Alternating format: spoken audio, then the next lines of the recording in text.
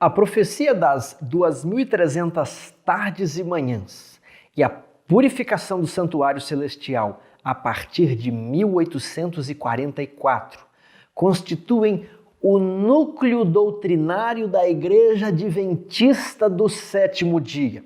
É pelo estudo dessas profecias, em conexão com a mensagem dos três anjos, em Apocalipse 14, que a Igreja Adventista se identifica com o povo de Deus no livro do Apocalipse, que possui a seguinte mensagem para pregar: temei a Deus e dai-lhe glória, pois é chegada a hora do seu juízo. Agora, Deus se importa com o tempo? Ou ele age de improviso?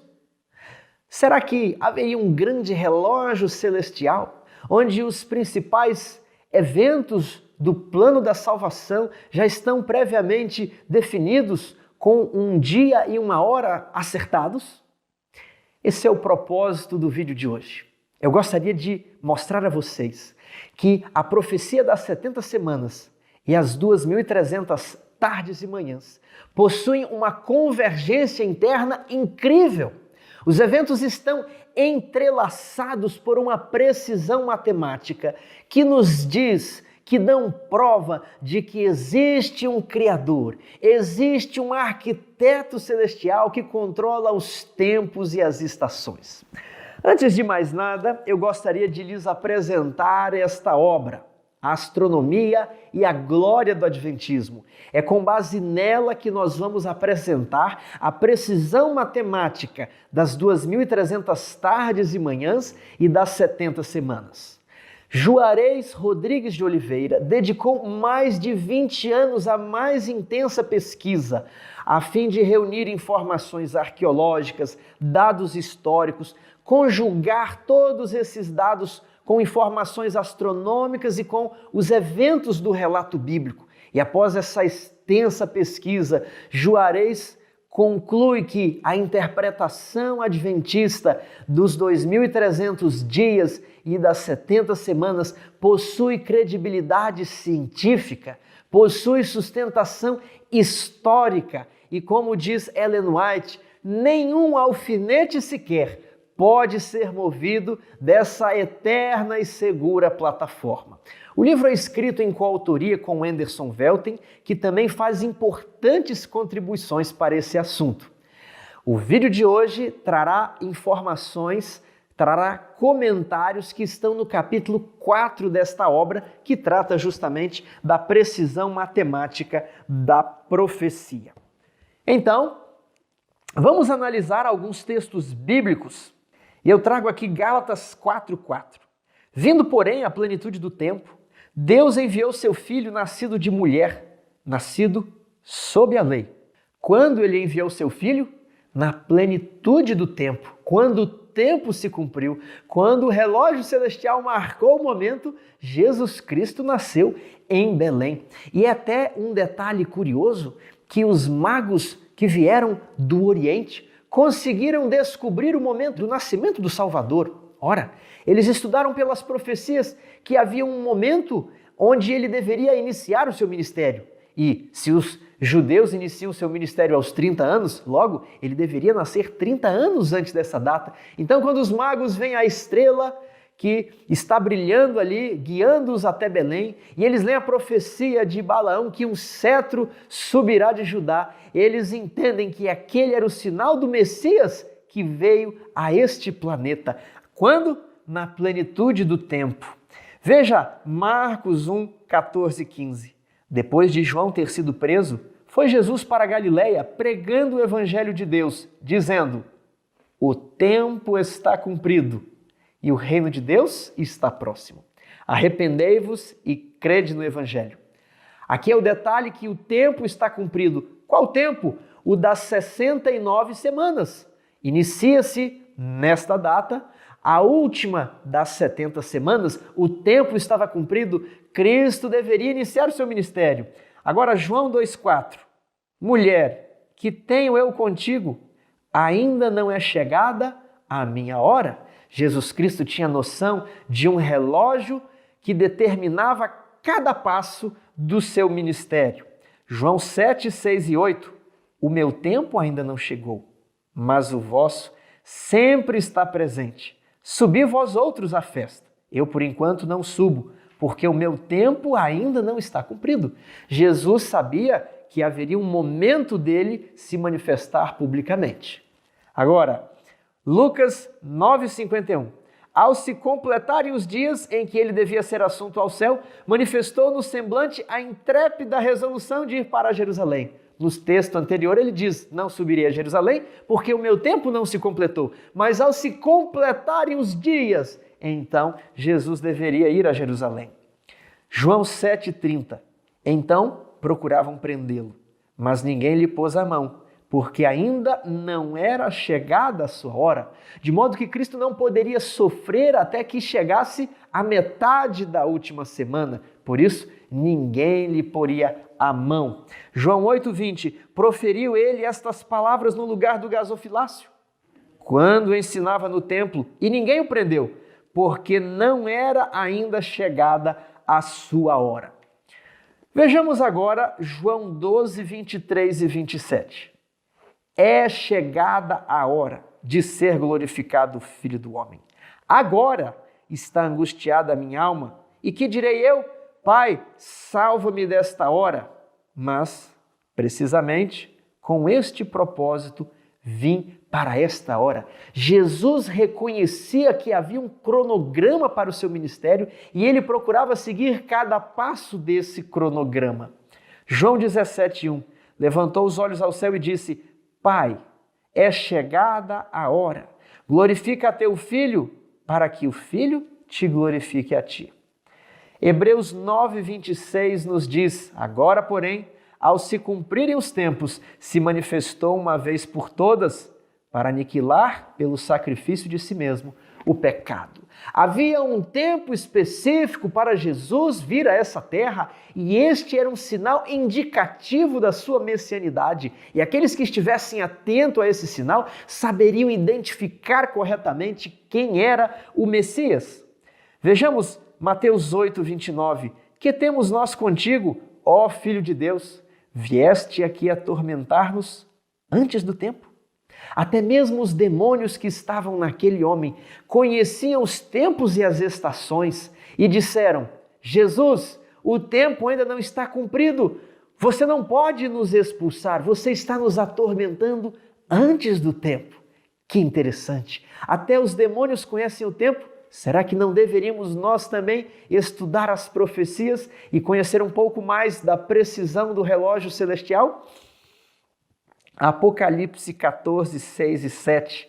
A primeira mensagem angélica diz, vi outro anjo voando pelo meio do céu, tendo um evangelho eterno, dizendo em grande voz, temei a Deus e dai-lhe glória, pois é chegada a hora do seu juízo. O livro de Apocalipse apresenta um povo que prega um tempo exato para o início do juízo celestial. E a Igreja Adventista do Sétimo Dia, ao pregar a firme crença na data de outubro de 1844, se identifica com esse povo, se identifica como os legítimos representantes de Cristo nessa terra, o povo remanescente de Deus, que tem por missão pregar as 3 mensagens angélicas antes da volta de Jesus, a fim de que o mundo seja advertido deste grande acontecimento. Vejamos agora como funciona o relógio celestial. Vamos aprender como é que Deus marca o tempo. Em Gênesis 1, verso 14, está escrito, haja luzeiros no firmamento dos céus, para fazerem separação entre o dia e a noite, e sejam eles para sinais das estações, para dias e anos. Ora, os astros têm um propósito, quais são? Marcar estações, dias e anos. Vejamos Gênesis 1,16. Fez Deus os 2 grandes luzeiros, o maior para governar o dia e o menor para governar a noite. Quem é o luzeiro maior? O sol? Quem é o luzeiro menor? A lua. O sol está presente de dia e a lua é vista de maneira especial à noite.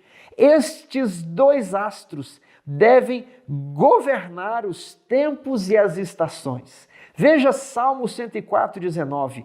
Fez a lua para marcar o tempo, e o sol conhece a hora do seu ocaso. Para que serve a lua? É apenas para tirarmos fotos românticas com o nosso esposo ou a nossa esposa? Não! Deus fez a lua com um propósito especial, marcar o tempo. O sol tem o objetivo de marcar o tempo. Cada manhã ele nasce, cada tarde ele marca a virada do dia para a noite, o pôr do sol. Então, o sol e a lua são os ponteiros do relógio celestial e precisamos entender um pouco mais. Veja essa imagem. Nós temos ao centro o sol amarelo, depois a terra azul e a lua com uma cor cinzenta. A elipse maior, ela demonstra o caminho que a terra faz em torno do sol. E a terra leva 365,2422 dias para percorrer uma volta completa em torno do sol.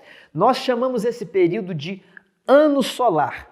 365,2422 dias. Já a Lua leva 29,53059 dias para dar uma volta em torno da Terra. Nós chamamos esse período de mês lunar. Não é nem 29 e nem 30, mas 29,5. 29,53059 dias.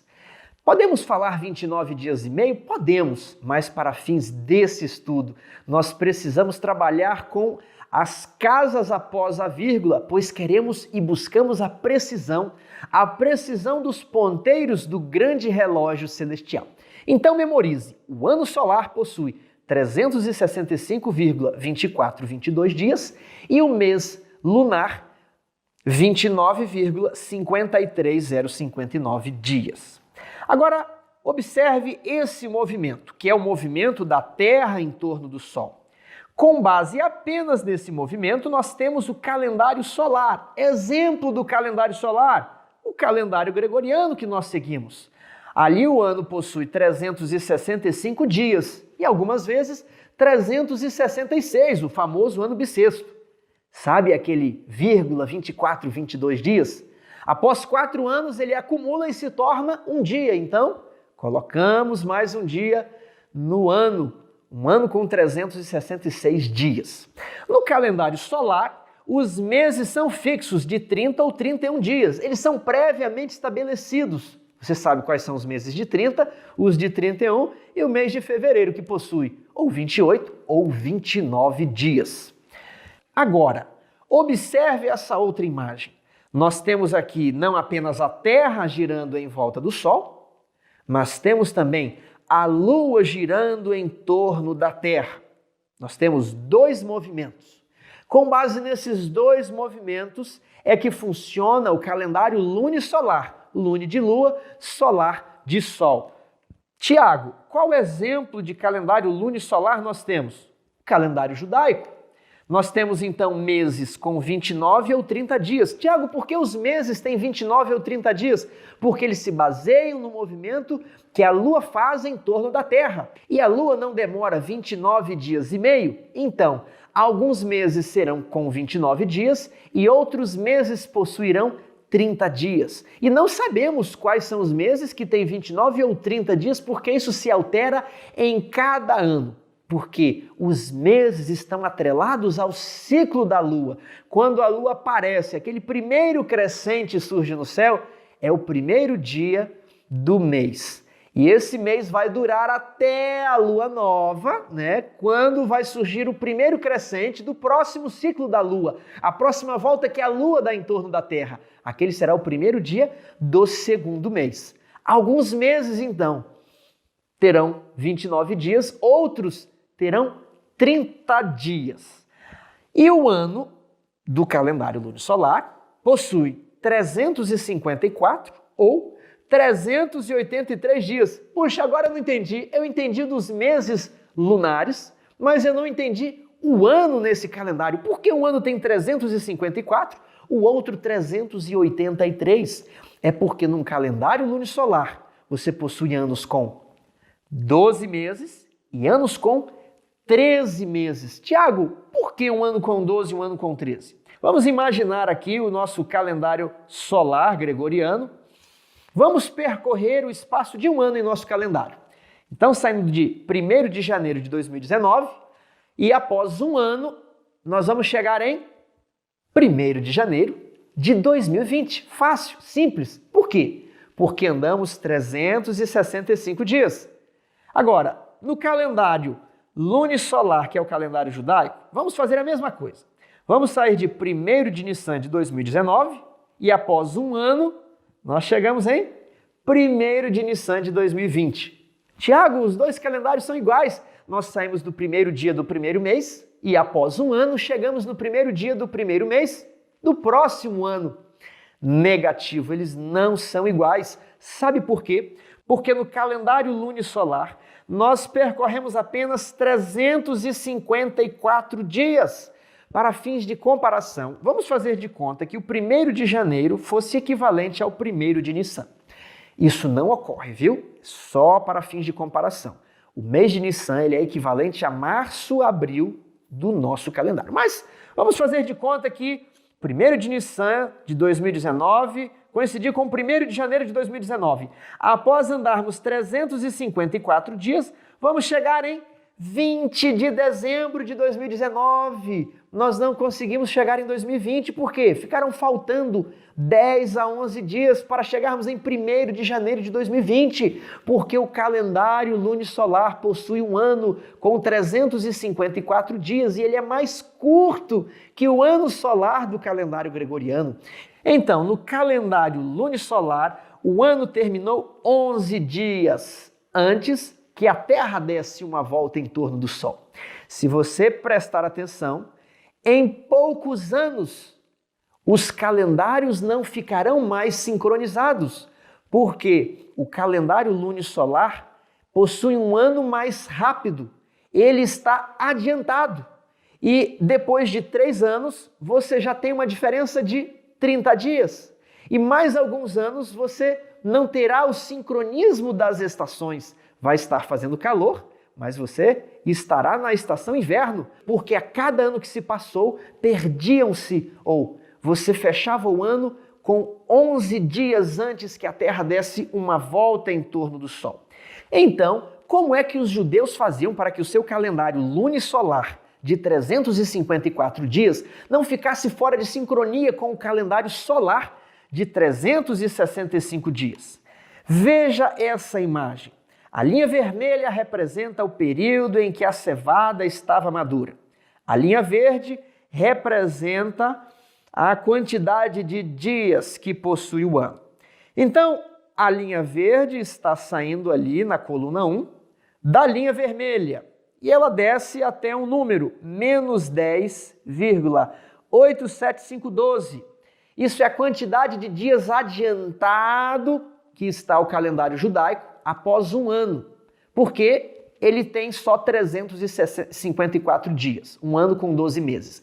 Então, na coluna 2, eles adicionam o 13º mês. Então, como é o 13º mês adicionado, eles vão ficar agora 7,78035 dias atrasados em relação à linha vermelha. Aí o próximo ano, que é o 3º ano, eles só colocam 12 meses no calendário. Aí eles ficam menos 3 dias adiantados. Ano 4, eles também não colocam o 13º mês e vão ficar mais atrasados ainda, menos 13 dias, né? Longe da linha vermelha. Aí, agora no ano 5, eles colocam o 13º mês, depois só com 12, depois eles colocam 13 meses, depois você tem ano 8, só com 12 meses, ano 9, só com 12 meses, e aí você vai até um ciclo de 19 anos. Preste atenção nisso. Por que um ciclo de 19 anos? Porque após 19 anos, alguns anos com 12, outros anos com 13 meses, o Sol, a Terra e a Lua voltavam para o mesmo ponto de sincronia de 19 anos atrás. E você percebe que a linha verde, que na coluna 1 saiu da linha vermelha, ela faz o zigue-zague e só torna a coincidir o fim do ano com a linha vermelha após 19 anos. E existe apenas uma pequena sobra ali de 0,08685. Agora, veja essa animação. A Lua girando em torno da Terra, a Terra girando em torno do Sol. Nós chamamos isso aqui de ciclo dos 19 anos, ou seja, você tem esse movimento dos astros, e aí você vai contando os anos. A Terra deu uma volta em torno do Sol, um ano com 12 meses lunares. São aqueles meses de 29,53059 dias. Aí o ano ficou pequeno, o próximo ano com 13 meses. Depois um ano com 12, outro ano com 13, outro ano com 13, um ano com 12. Note que o sincronismo entre Sol, Lua e Terra só se repetirá no primeiro dia do ano após 19 anos. Então, o primeiro de Nissan só vai estar equiparado ao primeiro de Nissan de um outro ano novamente, né, levando em conta a posição de Sol, Lua e Terra, após 19 anos. Esse ciclo de 19 anos, a Terra, por óbvio, vai dar 19 voltas em redor do Sol. A Lua vai dar 235 voltas em torno da Terra. Memorizou? 19 voltas da Terra em torno do Sol e a Lua 235 voltas em torno da Terra. Após 19 anos, os astros retornam à posição original, com exceção de 2,0844 horas para mais. Sabendo isso, lembramos que o nosso ano solar tem 365,2422 dias e o mês lunar 29,53059 dias. E com base nesses números exatos, faremos o cálculo das profecias, levando em conta o movimento dos astros. Temos aqui a nossa linha do tempo, onde se passaram 490 anos, o período das 70 semanas. Vamos aqui destacar a última semana. Na metade dela, o Messias morre. Então, uma semana com 7 anos, né? Que são 7 dias proféticos, 7 anos literais. Dividida ao meio vai dar 3 anos e meio depois da cruz, 3 anos e meio antes da cruz. Se nós partirmos da cruz e voltarmos no tempo até o início das 70 semanas, nós vamos percorrer o quê? 486,5 anos. Ora, o período inteiro tem 490 anos. Eu tiro 3 anos e meio, eu tenho 486,5 anos.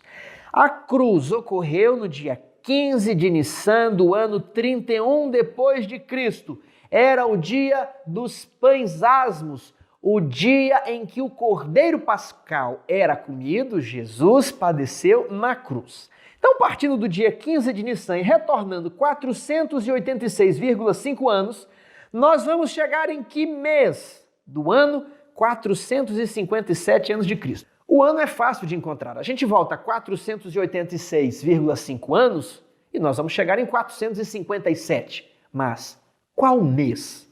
Vamos aqui. 486,5 anos são iguais a 486 anos mais 6 meses. Voltando 6 meses de Nissan, que é o mês primeiro, chega-se a Tishri, que é o mês sétimo. Ok? Se você está em janeiro e volta 6 meses, em que mês você chega? Qual o número do mês?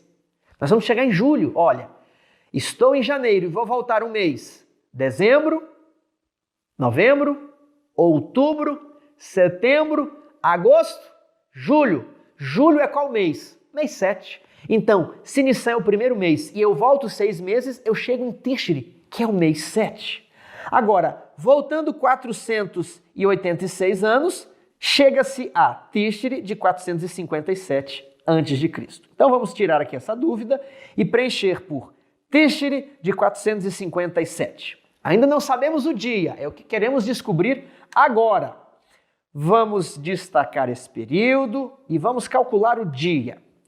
486,5 anos solares, que é o período da cruz até o início das 70 semanas, nós precisamos transformar esse período em dias. Então vamos lá, multiplicar tudo por 365,2422 dias. Tiago, por que não por 365 dias? Porque isso é o do calendário gregoriano. A Terra, na verdade, ela faz um ciclo de 365,2422 dias. É um número preciso. Vamos trabalhar com esse número preciso. Teremos o quê? 177.690,3303 dias. Agora nós precisamos transformar esses dias em meses lunares. Então eu vou dividir tudo pela quantidade de dias que tem um mês lunar, 29,53059 dias. Chegamos a 6.017 lunações. 6.017,1615 lunações. O que é isso? A Lua fez 6.017 giros em torno da Terra nesse período aí da cruz até o início das 70 semanas. Então, se eu estou no dia 15 na cruz e eu vou voltar 6.017 meses lunares, quer dizer que eu cheguei aonde? Eu cheguei em outro dia 15. Tiago, eu não entendi. Imagine aqui que você está com uma roda de caminhão. E essa roda de caminhão tem o pisto ali onde é introduzido o ar para expandir ali a câmera daquele pneu de caminhão, ok? Então, se você der uma volta completa, você vai chegar onde? No mesmo lugar. E aí você dá outra volta completa, você chega onde? No mesmo lugar. Se você der 6.017 voltas completas, você chega onde? No mesmo lugar. Então, se você está no dia 15 do ciclo da Lua, e o mês é lunar, o mês está atrelado ao ciclo da Lua. Então, se você está no dia 15 do ciclo da Lua e dá 6.017 voltas, você vai chegar no dia 15 de algum outro mês. Não conseguimos definir o mês por esse cálculo, mas conseguimos definir o dia. Como nós já havíamos definido o mês no cálculo anterior, nós temos aqui definido o dia. Tiago, e aquele restinho depois da vírgula 1615? Vamos ali, ó, 0,1615. Vamos voltar aqui, vamos multiplicar isso por 29, né, 0,53059 dias, né, que é o mês lunar. Vamos transformar esse mês lunar aqui que está quebrado em dias. Eu vou ter o quê? 4,76 dias. Vamos agora voltar, né? Eu cheguei já no dia 15 e agora eu vou voltar mais um pouquinho. Vamos lá. Dia 10. 10 de quê? 10 de Tishri. Se eu estava em 15 de Nissan, do ano 31, que é o ano da cruz de Cristo, e eu volto, 6.017 lunações, mais um pouquinho, eu vou chegar no dia 10 de Tishri de 457. Tiago, eu não entendi aquele quebradinho após a vírgula dos 4,76 dias. Vamos ver aqui. Você está no dia 15 de Tishri de 457. Aí você passou um dia, chegou no dia 14, tirou mais um dia, dia 13. Tirou mais um dia, dia 12. Tirou mais um dia, você chegou aonde? No dia 11. Então você tirou 4 dias, chegou no dia 11. Agora tem mais quase um outro dia, aquele 0,76 ali. Você tem algumas horas ali. Aquelas horas vão te jogar para dentro do dia 10. Então, esse cálculo mostra como, retroagindo 486 anos e meio pelos astros, pelo Sol e pela Lua, nós vamos chegar no dia 10 de Tishri de 457. Que data é essa, Tiago? É o dia da expiação de 457, o ano que Esdras, com o decreto de Artaxerxes, chega lá em Jerusalém. É o dia da expiação. E o tempo é exato. Você sai de uma Páscoa ali no ano da morte de Jesus e chega no dia da expiação do ano que Esdras estava ali com o decreto de Artaxerxes. Vamos avançar esse cálculo. Vamos agora calcular o dia das 2.300 tardes e manhãs. Vamos partir então de 1º de Tishri de 457. Vamos avançar 2.300 anos no tempo. E vamos descobrir em qual dia nós chegamos do ano 1844. Vamos lá. Avançando 2.300 anos solares, transformando isso aqui em dias, eu vou ter 840.057,06 dias. Agora eu vou transformar isso em meses lunares. Vou dividir pelo Tempo do mês lunar. Eu tenho aí 28.447 lunações, 0124, um quebradinho. De posse dessa informação, vamos agora sair de 10 de Tíxeri de 457, vamos percorrer 28.447 meses lunares e vamos chegar em qual dia? No dia 10. Tiago, como é que você tem certeza que você chega no dia 10? Porque eu não estou considerando a sobra aqui. Lembra do exemplo da roda do caminhão? Eu fiz uma volta completa. Se eu estou fazendo uma volta completa da Lua a partir do dia 10 do seu ciclo, eu vou chegar em outro dia 10 do ciclo da Lua. Então eu já tenho aqui o dia, é o dia 10. O período das 2.300 tardes e manhãs terminam em um dia 10. Vamos agora trabalhar com um restinho de 0,0124 lunações. Vamos transformar isso aqui em dias. Aliás, em dias não. Primeiro transforma em dias, multiplica por 24 e transforma em horas. Vamos ter 8,78 horas. Isso não foi suficiente para me jogar no dia 11, porque o dia tem 24 horas. Se eu saio de um dia 10, eu vou chegar em outro dia 10. Mais 8 horas, ainda estou dentro do dia 10. Então, isso aqui é incrível. Tiago, mas não dá para fazer isso com 2.299 dias. Não, não dá. Pode tentar sair de um dia 10, avançar 2.299 dias e achar que vai chegar em outro dia 10. Não chega, porque esse aqui é um calendário lunisolar, não é um calendário gregoriano, um calendário solar que se sai do dia 1º de janeiro e chega no dia 1º de janeiro. Não é. Se você tentar fazer o cálculo com 2.301 anos, também não vai chegar no dia 10. Ok, de posse dessas informações aqui, vamos lembrar, 2.300 anos solares são iguais a 28.447 lunações. Vamos colocar esse número ali em cima para a gente não esquecer. E agora vamos trabalhar com as lunações para nós calcularmos o mês ali em 1844, em que terminam as 2.300 tardes e manhãs. Vamos trabalhar com as lunações. Tiago, não dá para trabalhar de outra maneira? Não, porque no presente caso nós vamos ter de fazer uso do ciclo de 19 anos. Lembra que a Lua gira em torno da Terra e a Terra gira em torno do Sol. O ciclo de 19 anos, ele tem então 19 voltas da Terra em volta do Sol e 235 voltas que a Lua faz em torno da Terra. Então, de posse dessa informação, temos ali, vamos dividir os meses lunares pela quantidade de voltas que a Lua dá em torno da Terra em um ano, 235. Ali, olha, vamos então ter 121 ciclos. 121 ciclos de 19 anos. 121 ciclos de 19 anos, mais 12 meses, que não dá para fechar um ciclo, né? É uma sobra. De posse dessa informação, vamos deixar os 12 meses de lado e vamos trabalhar com 121 ciclos. Então, saindo de 10 de Tíxeri de 457 e avançando 121 ciclos, eu terei percorrido 2.299 anos. Vou chegar onde? Em 10 de Tíxeri. De que ano? 1843. Puxa, 1843, mas não é 1844. Temos de chegar em 1844. Ah, Tiago, tem uma sobra de 12 meses. Ah, já sei, se eu colocar agora 12 meses a partir de 10 de Tíxeri de 1843, obviamente eu vou chegar em 10 de Tíxeri de 1844. Será? Vamos lá. Avançando 12 meses lunares a partir de 10 de Tíxeri de 1843, vou chegar em 30 de Elul de 1844. 30 ou 29 ali, a depender do cálculo, né? Não chegamos no dia 10 do 7º mês em 1844. Por que não?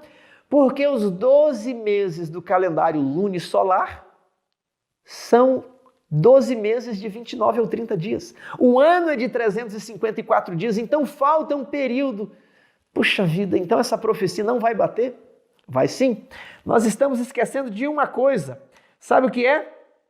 Nós estamos esquecendo da exceção de 2,0844 horas para mais. O ciclo de 19 anos faz a Terra, a Lua e o Sol estar em sincronia novamente, mas há uma diferença de 2 horas e um pouquinho. Agora, vamos calcular essas 2 horas?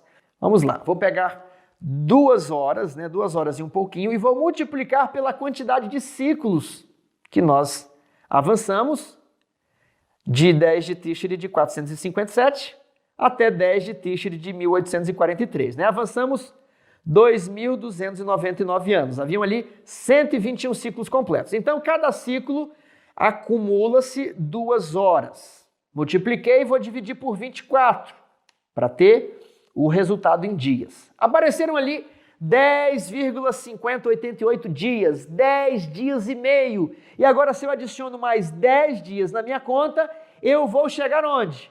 Em 10 de Tishri de 1844, saímos do dia da expiação de 457 e chegamos no dia da expiação de 1844, utilizando uma ciência exata, utilizando a matemática, utilizando a razão, o que nos demonstra, o que comprova uma precisão matemática da profecia das 70 semanas em conexão com as 2.300 tardes e manhãs. Não utilizamos a Bíblia, utilizamos apenas a ciência, o movimento da lua e o movimento do sol, operando e trabalhando um em torno do outro ao longo dos anos, ao longo dos séculos, ao longo dos milênios. Nós temos a precisão de um cálculo profético, um cálculo que o homem jamais poderia conceber nessa distância de mais de 2 milênios. Ah, Tiago, e se eu fizer com outro ano? Tente aí, faça em casa, faça com algum outro ano. Você terá o ano de 2.300 dando certo. Faça com 2.295 anos, 2.305. Você não vai sair de um dia da expiação e chegar em outro dia da expiação. Isso aqui mostra que há um arquiteto por trás disso, há uma coerência interna que fortalece a interpretação adventista de Daniel capítulo 8 e do capítulo 9. Isso fortalece a fé do descrente, fortalece a fé daqueles que têm dificuldade para acreditar em Deus, porque temos aqui o livro de Daniel escrito séculos antes de Jesus, e você sai do dia da expiação do calendário judaico e cai numa Páscoa no ano em que Jesus foi crucificado. Você sai do dia da expiação, onde Esdras levou o decreto de Artaxerxes, avança 2.300 anos e cai em um dia da expiação também. Isso é algo maravilhoso, isso é algo incrível que apenas o Deus eterno pode ter concebido. Então, vamos tirar a nossa data incerta e colocar a data 10 de Tishri de 1844. Recapitulando, nós temos 6.017 lunações no período de 486,5 anos, que vai da cruz até 457 a.C. Calculando, nós saímos de 15 de Nissan do ano 31 e chegamos em 10 de Tishri de 457. Agora, avançando 2.300 anos, que são 28.447 lunações, que completam 121 ciclos mais 12 meses, nós chegamos em 10 de Tishri de 1844.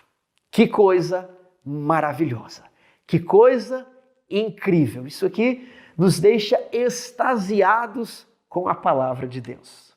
Agora, a pergunta que não quer calar. Nós vimos que as 2.300 tardes e manhãs terminam em 10 de Tishri de 1844. Tiago, mas o que isso significa em termos do nosso calendário gregoriano?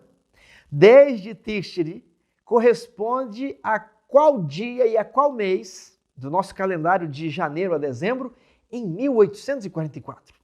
Primeiro detalhe que nós precisamos estabelecer aqui.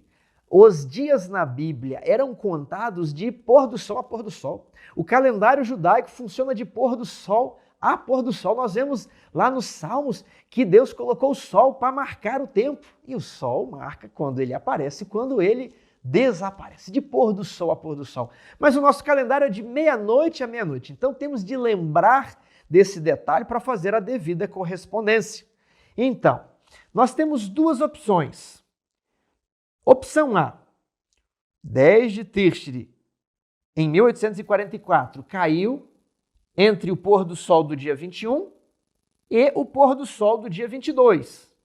Ou, opção B, do pôr do sol do dia 22 ao pôr do sol de 23 de outubro de 1844. Você entendeu?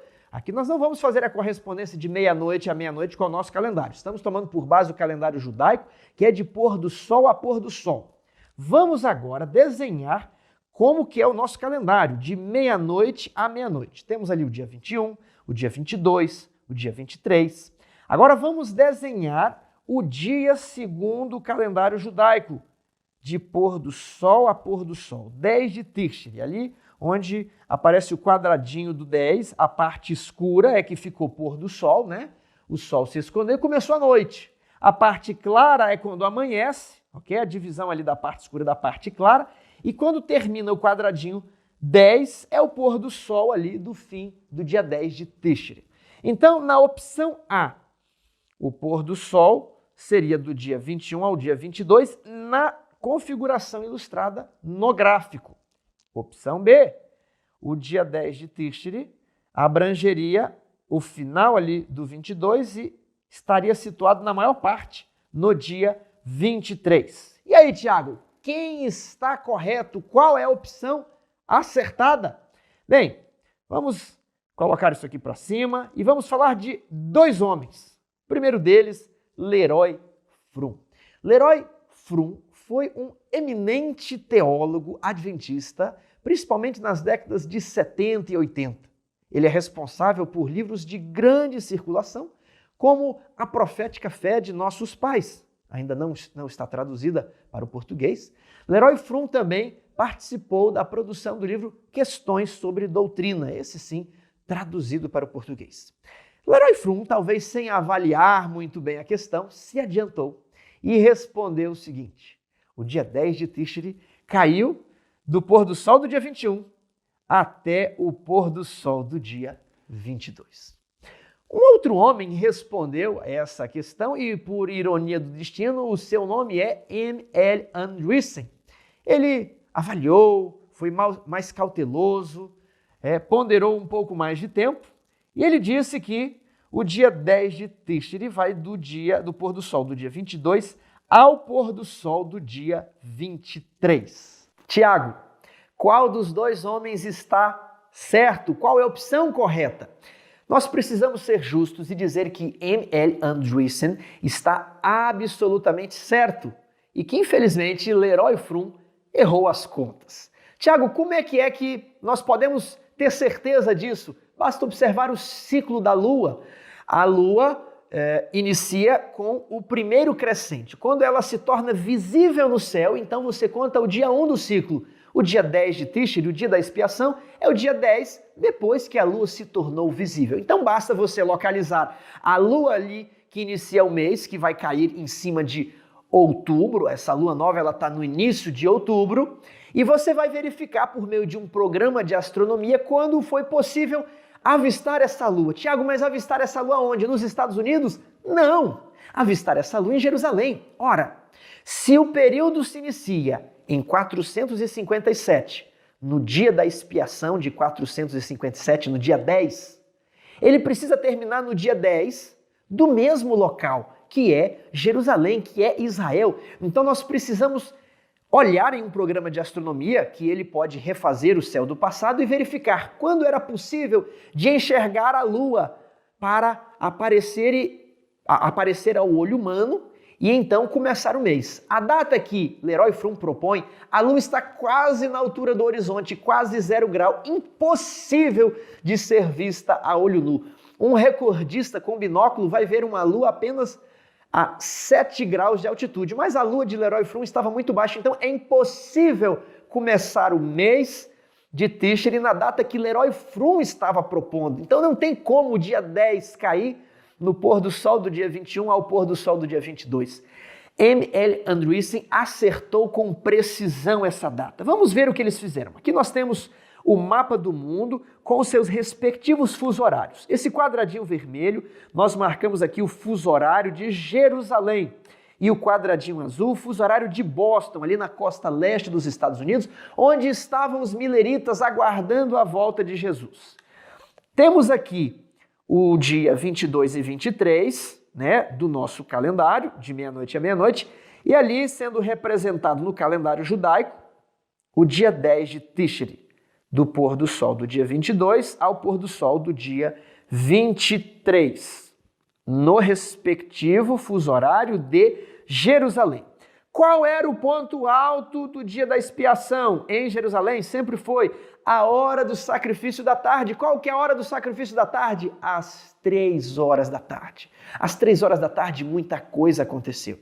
É às 3 horas da tarde que Jesus morre e o véu do santuário se rasga ao meio. É às 3 horas da tarde que o anjo vai lá e fala: Daniel, enquanto você orava, eu vim aqui no princípio das tuas súplicas, Deus me mandou vir para te fazer dar o entendimento. É no horário do sacrifício da tarde que o fogo desce do céu ali no Monte Carmelo com Elias. Vários eventos na Bíblia acontecem na hora do sacrifício da tarde. O ponto alto do dia da expiação é a hora do sacrifício da tarde, quando o sacerdote abençoava o povo após realizar o sacrifício. Agora, fazendo a precisa correlação do fuso horário de Jerusalém, representando o dia da expiação em Jerusalém com o que aconteceu em Boston, nós temos mais ou menos isso aqui. O dia da expiação em Jerusalém se iniciou perto do meio-dia do dia 22 de outubro, lá na costa leste dos Estados Unidos, ok? Você vê representado pelo gráfico. E o horário do sacrifício da tarde em Jerusalém correspondia às 8 horas da manhã do fuso horário de Boston. E o que aconteceu às 8 horas da manhã em Boston? Nada. Mas nós temos algo muito curioso que aconteceu perto dali, em Port Gibson. Vamos colocar mais 1 hora e chegamos a 9 horas da manhã do dia 23 de outubro, em Port Gibson, tendo como base o horário de Jerusalém, no sacrifício da tarde. Em Port Gibson, nós temos Irã Edson andando pelo meio do milharal e descrevendo no seu registro: eu vi os céus abertos e Jesus Cristo entrando no segundo compartimento do santuário celestial. Eu vi. O que seria isso? Uma visão? Não sabemos. Mas quando as 70 semanas terminaram, um homem chamado Estevão, ele diz: olhei e vi o céu aberto e o Filho do Homem assentado ao lado do Pai. E é muito curioso que ao fim das 2.300 tardes e manhãs, um homem também diz ter visto o céu aberto e Jesus Cristo saindo do primeiro compartimento e indo ter com o Pai no Santo dos Santos do santuário celestial, no exato momento em que Israel se praticava o sacrifício da tarde do dia da expiação, 2.300 anos do dia da expiação, onde Esdras estava presente ali em 457 em Jerusalém. E aí que se conclui que Apocalipse 14, 6 e 7 possui uma mensagem de tempo precisa. Chegou a hora do seu juízo.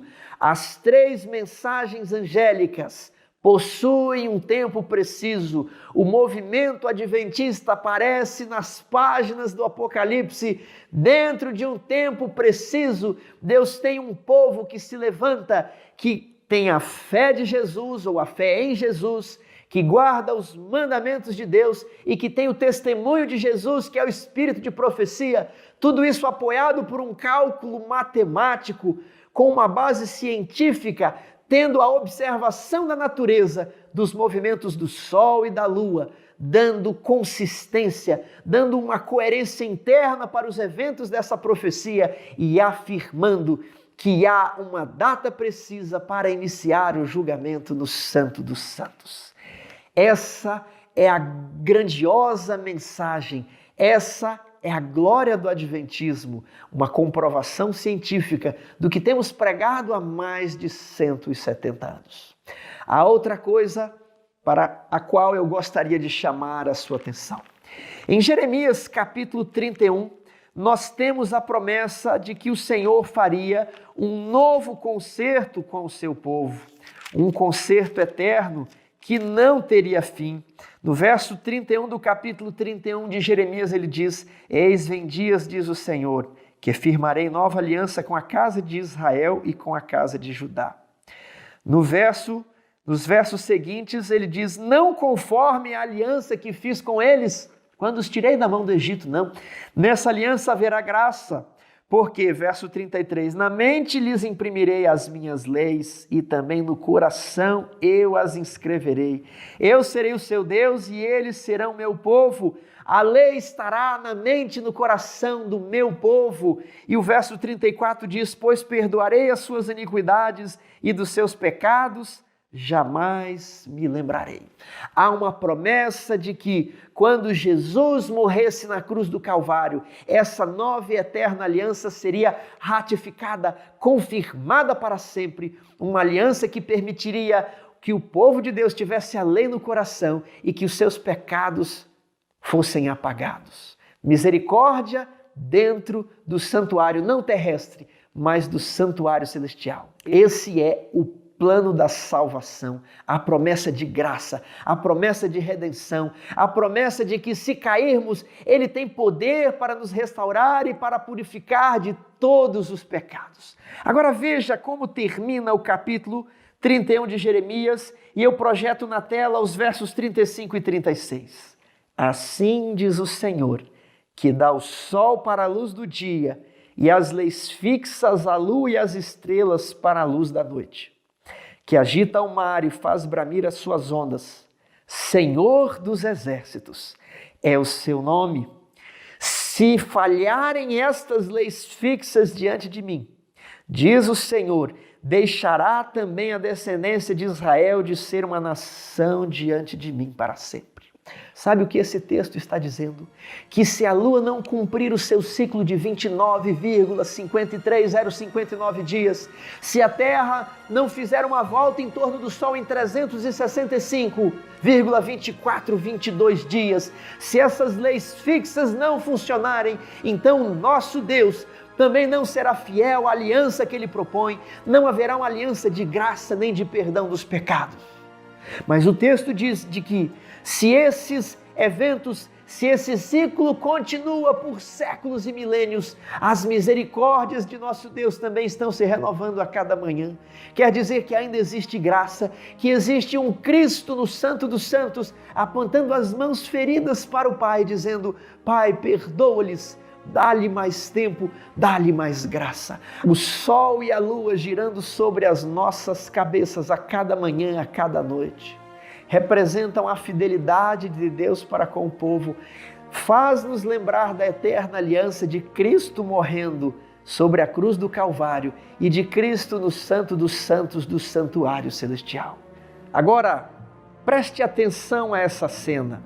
Nós temos aqui os astros girando no céu, temos a lua girando em torno da terra, a terra e os demais planetas girando em torno do sol, e o sol girando em torno da Via Láctea, da nossa galáxia, e todas essas galáxias girando ao redor do trono de Deus, pois Jesus Cristo com a sua mão colocou todas essas coisas em eterna e perfeita sincronia para girar em torno do seu trono, em torno do santuário celestial. Quão grande é nosso Deus, quão inescrutáveis são os seus caminhos, quão grandioso é o universo que Ele criou e como do pouco que nós podemos conhecer, nós nos maravilhamos pelo amor desse Criador que se fez homem, veio aqui a esta terra, morreu sobre a cruz para que tivéssemos o perdão dos nossos pecados e hoje está no santuário celestial para que nós pudéssemos vencer todas as nossas fraquezas. Enquanto estas leis fixas estiverem em vigor, todas as manhãs, quando olharmos para o céu e virmos o sol e a lua girando sobre as nossas cabeças, tenhamos fé de que existe um Redentor acima de nós. Ele cuida de nós, Ele se lembra de nós, Ele nos salvará e em breve voltará para nos levar ao céu. Mantenha firme a sua fé. Amém.